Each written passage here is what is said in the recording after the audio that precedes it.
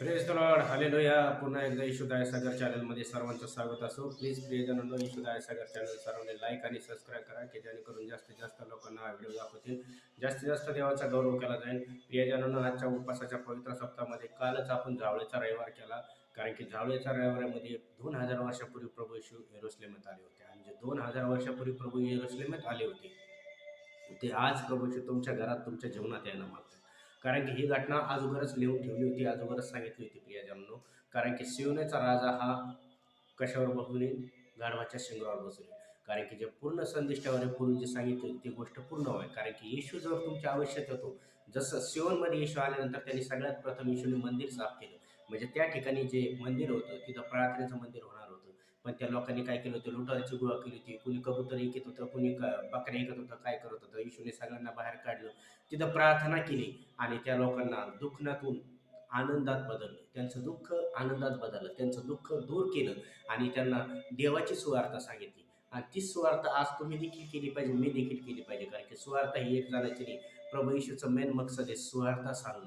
प्रभू येशूचं जगात येण्याचं मकसद आहे. म्हणून देव येशू हा आहे आणि येशूपासून तुम्हाला तारण आहे आणि स्वर्गाचा जाण्याचा मार्ग बी येशू आहे. जगात बी तुम्हाला, पृथ्वीवर बी सुख येशू कोण आहे आणि स्वर्गात बी सुख तुम्हाला येशू कोण आहे.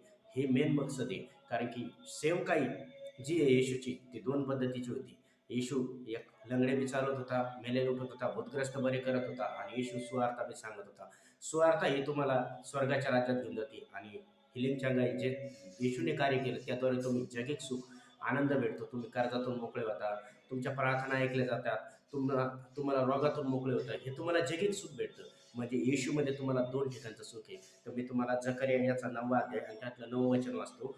सियोनाच्या भावी राजा, सियोनाचे जो राज आनंद गजर कर, यरूशलेमच्या कन्या गजर कर, व तुझा राजा तुझ्याकडे येत आहे. तुझी कन्या कन्या त्याच्या ठाई तारण करता येईल, व गाढवावर पिलताच्या शिंगावर बसून येत आहे, व इथोराच्या रथात यरूशलेमचे घोडे नष्ट करील, व युद्ध धनुष्य मोडून टाकेल आणि राष्ट्रांवर व शांतीचा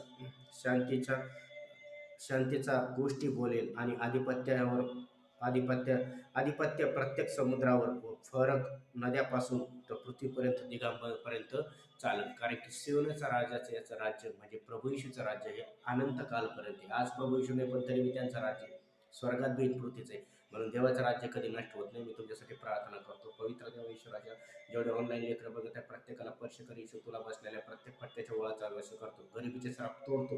ज्याचं दुःख आहे त्याचं दुखणं बरं येशूच्याच नावात. येशूला बसलेल्या प्रत्येक फटक्याच्या ओळाचा वश करतो. कॅन्सर, टीबी, HIV नीट येशूच्याच नावात. किडन्या बऱ्या येशूच्याच नावात. येशूला बसलेल्या प्रत्येक फटक्याच्या ओळाचा येशूची शांती याच्या जीवनात